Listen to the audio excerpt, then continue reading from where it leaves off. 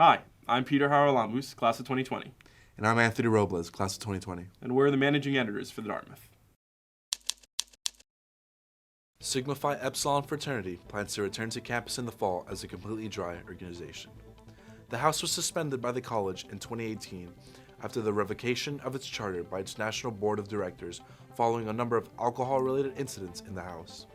The house is currently occupied by the Thought Project LLC. While many students are skeptical about SIGEP's return as a completely dry frat, the National Fraternity believes that their focus on building personal relationships in the recruiting process will attract new members.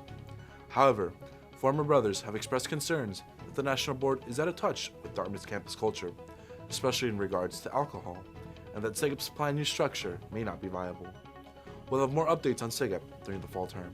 Johns Hopkins University eliminated legacy preferences in its admissions process in 2014, but according to Dartmouth Dean of Admissions and Financial Aid Lee Coffin, Dartmouth has not changed its legacy admissions practices over the past decade. Legacy students comprise 12% of the class of 2023, and former Dean of Admissions and Financial Aid Maria Lascaris, class of 1984, wrote in the Dartmouth Alumni magazine that legacy applicants not only receive at least one additional review in this process, but she also admitted that a rate of about 2.5 times greater than the overall rate of admission is given to legacy students. Dartmouth is not unique among its peer institutions in its legacy admissions practices, but our class of 2023 did record the lowest percentage of legacy enrollments in the Ivy League. Cornell had the highest rate at 16.7%. Dartmouth's proportion of enrolled legacy students has also declined slightly from 2014. We don't have any legacy data for the class of 2024 yet, but more updates on their enrollment during the spring term are expected.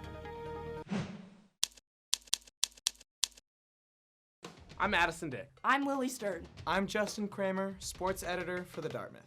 Women's basketball began the winter season with 2 consecutive games against Harvard, winning at home but losing in Cambridge. The loss to Harvard initiated a 5-game Ivy League losing streak. Dartmouth did pull off one big win recently as Elle Louis made a game-winning jumper with 17 seconds to go against Cornell, but poor shooting and early deficits have haunted the Big Green for much of the season. Men's basketball had a tough start to 2020, dropping its first 9 games of the year and its first 6 in Ivy League play. Playing without injured senior guard Brendan Barry, Dartmouth has struggled to complete late comebacks and lost some close games. The team has turned its season around recently to a certain degree. A win against Columbia on February 14th marked its first Ivy League victory, and a win against Cornell the next day gave the team its first weekend sweep in Ivy play in 5 years.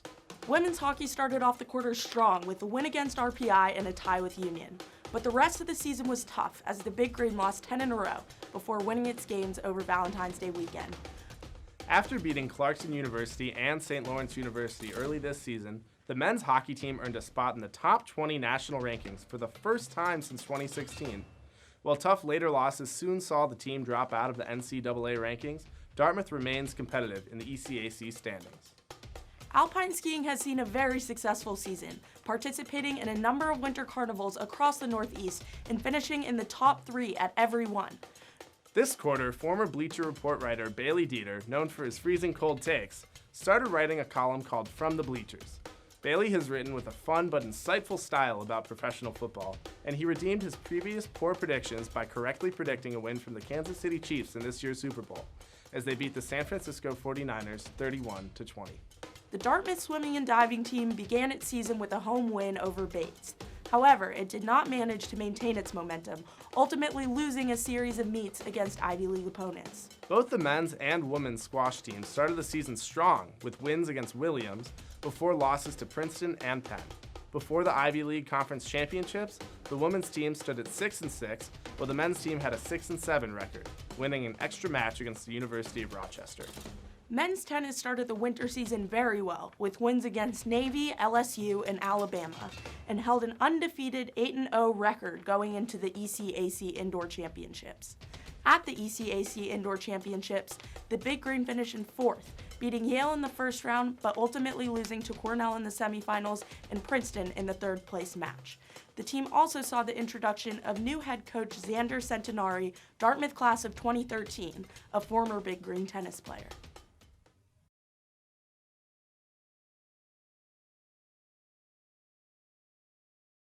I'm Lily. I'm Addison. And I'm Justin. This has been the Winter Season Recap. Thanks for tuning in to The Debrief. Still North Books and Bar, which occupies some of the space formerly used by the Dartmouth bookstore, held a soft opening on December 19th. Since the soft opening, the bookstore has expanded their food and drink menu to now include alcohol. The Dartmouth bookstore closed in December 2018, with Wheelock Books following shortly thereafter, leaving the college and the community at large without a store dedicated to selling new books. Store owner Ali Levy, class of 2011, hopes to fill that space. After experience as a former coordinator of the similar in concept book bar in Denver, she started to think about opening an independent bookstore in Hanover. Still North offers places to sit and work, as well as coffee or tea from the bar.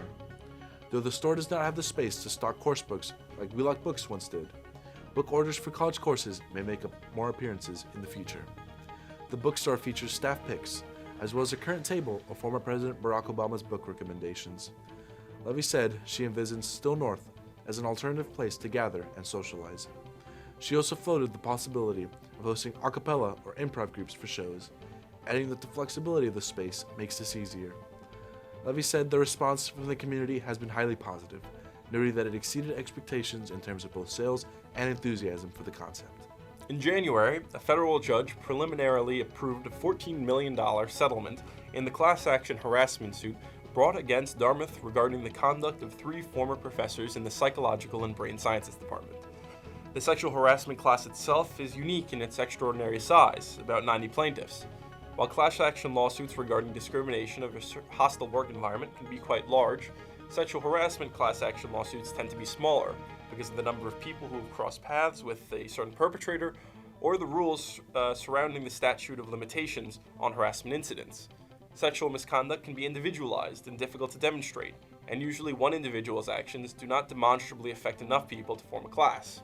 So while 90 people is small for class action lawsuits generally, the fact that this is a class action suit at all is indicative of an extreme case. The settlement will be reviewed at a fairness hearing on July 9th.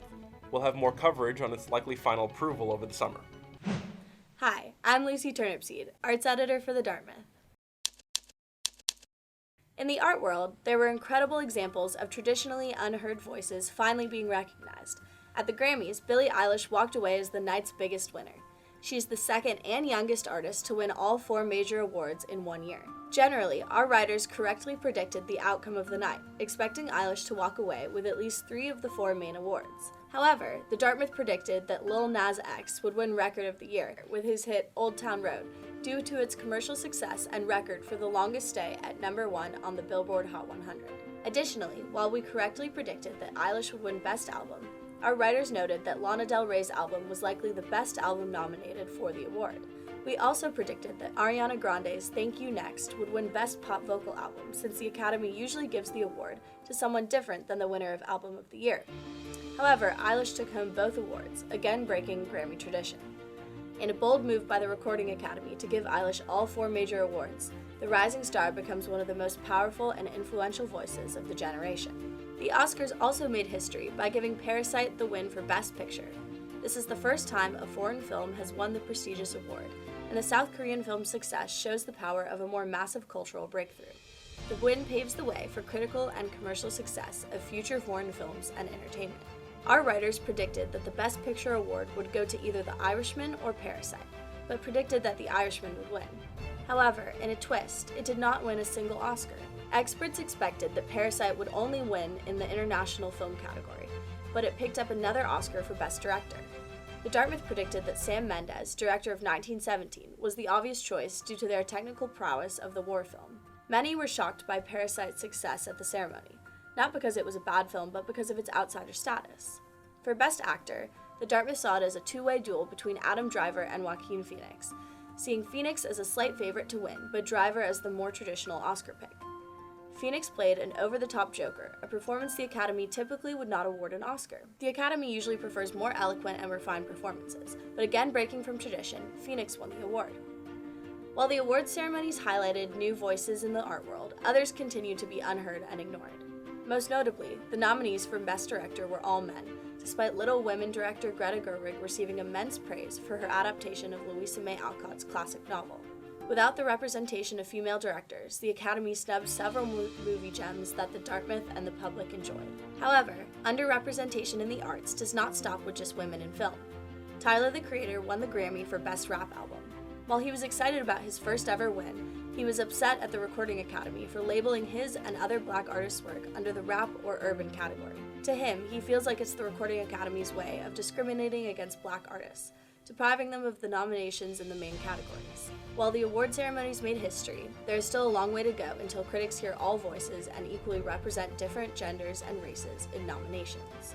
Marginalized narratives are spotlighted in several exhibits at the Hood Museum this term.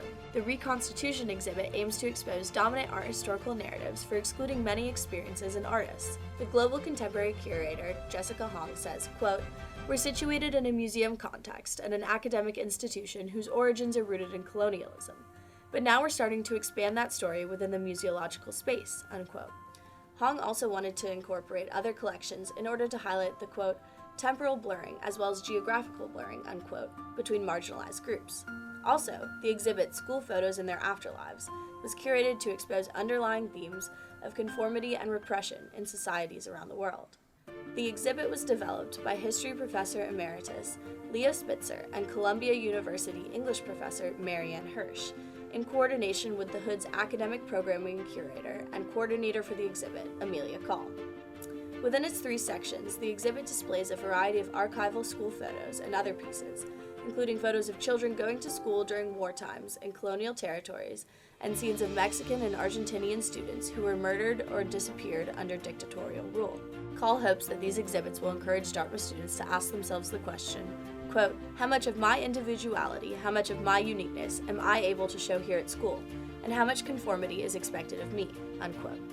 She says students' formation of stronger individual identities is the only way that the culture surrounding assimilation and conformity can ever truly change. You can see the Reconstitution exhibit until May 31st and the School Photos in Their Afterlives until April 12th. I'm Lucy Turnipseed reporting for Arts. Thanks for tuning into The Debrief. The 2020 New Hampshire primaries happened on February 11th. On the Democratic side, Vermont Senator Bernie Sanders won the state, with former mayor of South Bend, Indiana Pete Buttigieg in a close second, and Minnesota Senator Amy Klobuchar finishing in third. Buttigieg was the winner in Hanover, though, with Sanders in second and Klobuchar in a very close third. Klobuchar's third-place finish, after a surge of late support, edged out 2 former frontrunners, Massachusetts Senator Elizabeth Warren and former Vice President Joe Biden, neither of whom won any New Hampshire delegates. Biden, who came in 5th overall, had left New Hampshire for South Carolina before the polls had even closed. Entrepreneur Andrew Yang and Colorado Senator Michael Bennet both ended their campaigns around 8 p.m. on election night, having only won 2.8 and 0.3% of the state, respectively. In the Republican primary, President Donald Trump won a decisive victory both in Hanover and New Hampshire overall. Former Massachusetts Governor Bill Weld, the only remaining Republican challenger, was only able to garner about 9% of the state vote overall. The chairman and co-vice chairman of the Dartmouth College Republicans resigned from their positions in the middle of the term. On the same day, the organization announced an indefinite postponement of a campus event featuring Republican U.S. Senate candidate Bryant Corky Messner. The organization stated in an email to campus that serious security concerns led them to postpone the event, a policy talk about drugs and the border wall. Most of the pushback itself came from the wording of an email sent to campus advertising the event with the subject line, quote, "They're bringing drugs," end quote. The event announcement described the event as a policy talk entitled, quote, "Building a Wall Against Drugs, the Need for Border Security to End the Opioid Crisis," end quote. However, the credibility of the threats cited by the organization is a matter of contention. The College Republicans pointed to certain social media messages made about the event, but the decision to postpone the event was made independently of the college, as well as the Hanover Police Department, and only came after the organization determined that it did not have the time or budget to hire security for the event, according to a member of the College Republicans' leadership. Meanwhile, a number of right-wing websites reported on the postponement, characterizing the decision as a response to, quote, "violent threats," end quote, a narrative that Messner's campaign has endorsed. However, the Dartmouth College Democrats said that they have no knowledge of the threats and support the right to speech of both the event organizers and peaceful protesters. The connection between the event and the resignation of the 2 individuals, former chairman Daniel Bring, class of 21, and co-vice chairman Alexandra Rauda, still remains unclear. I'm Anthony Robles. And I'm Peter Haralambous. Thank you for tuning in. This has been The Debrief.